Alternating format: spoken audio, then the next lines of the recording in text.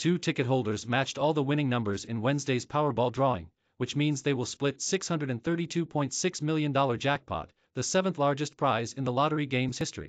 But for Adam Osmond, any jackpot fervor only serves as a reminder of the dark side of lottery. Osmond, a Connecticut resident, gave up buying lottery tickets more than a decade ago after losing around $1 million on various games, be they scratch-offs or drawing. He said his addiction cost him his business, his home, and nearly any semblance of a normal life. When you talk about hitting bottom, I hit the worst of bottom, says Osmond, who sought treatment for his addiction. Today, he works as an accountant for Connecticut's housing department and runs marathons and other races in his free time.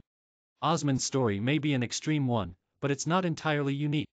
Experts say that as state lotteries have surged in popularity, combined sales have grown from around $59 billion in 2010 to nearly $90 billion in 2020, so have the number of Americans who are addicted to playing the game. The problem is only compounded when there's a big jackpot, experts add. Such events inevitably result in lots of news coverage and feed the idea that playing the lottery is a fun, safe pastime. And that's in spite of the fact the odds of earning the top prize are 1 in 292.2 million, meaning you have a greater chance of becoming a movie star or being killed by a bee sting.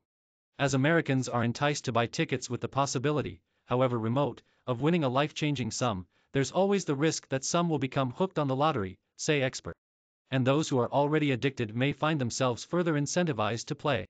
Overall, around 2 million U.S. adults have a severe addiction to gambling, while another 4 to 6 million have a mild or moderate problem, according to the National Council on Problem Gambling.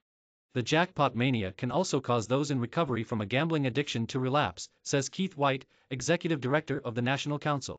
Either way, he says, lottery fever is a destructive force. It normalizes gambling, he says.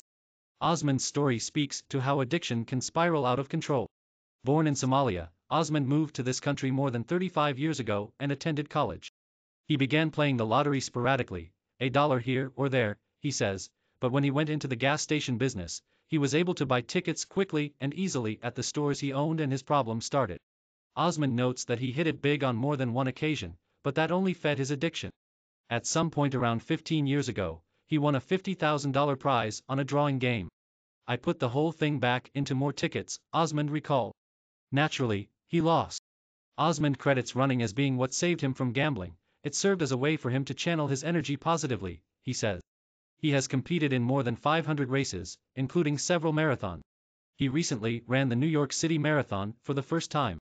Perhaps the most troubling aspect of lotteries, Osmond says, is their popularity among the poor, meaning the people who can least afford to gamble. It's a point that has been cited in much research, with one study noting that those who earn less than $10,000 annually spend $597 on the lottery.